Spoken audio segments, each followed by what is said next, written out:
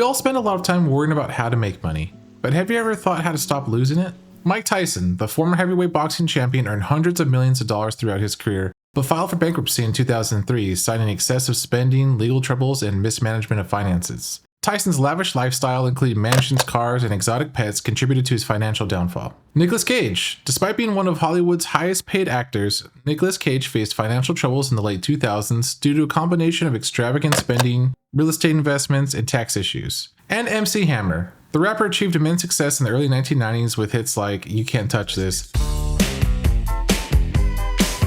touch this, amassing a fortune estimated at $30 to $50 million.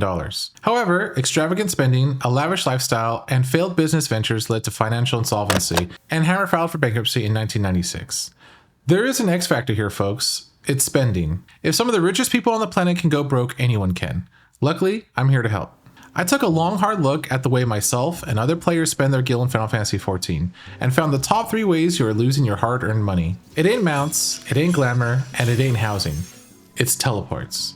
Let me break it down. Some assumptions had to be made, and I did this based on a casual player's playtime. So assuming the player teleports 10 times per gaming session, plays 4 times a week, and the cost per teleport is around 800 gil, the total teleportation cost for the year would be 1,664,000 gil. This obviously is different for everyone, but that's just a scenario I'm using for example's sake.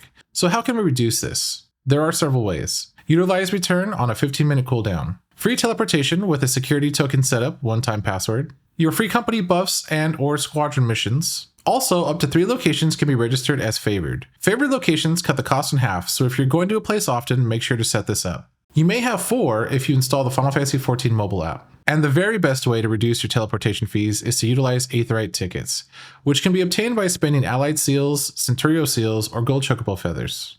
Another expense that's keeping you poor in the game is repairs. To proceed, we'll need to estimate the average repair cost per session or per hour of gameplay. Let's assume a repair cost of around 1,000 gil per hour of combat activity, including wear and tear and incidental damage. Let's look at the calculation. So, based on these assumptions, the average player might spend around 416,000 gil per year on repairs in Final Fantasy XIV. Keep in mind that this is just a rough estimate, and actual costs can vary widely based on an individual's playstyle, skill levels, and other factors. This may not sound like much, but unless you're going out of your way to make gil, this really does help keep you poor. The best thing you can do is repair your own gear. For that, of course, you need to have the appropriate crafting job leveled. Even if you do have the jobs leveled, your repairs still cost a grade 8 dark matter to repair something level 90, which sells at 280 gil per piece, so that in itself isn't a huge money saver. The Gill Hack happens when we trade something other than gil for dark matter. Wolf marks or Grand Company seals can be exchanged for the dark matter. This essentially makes your repairs free. The last and most impactful expense keeping you poor is food and pots.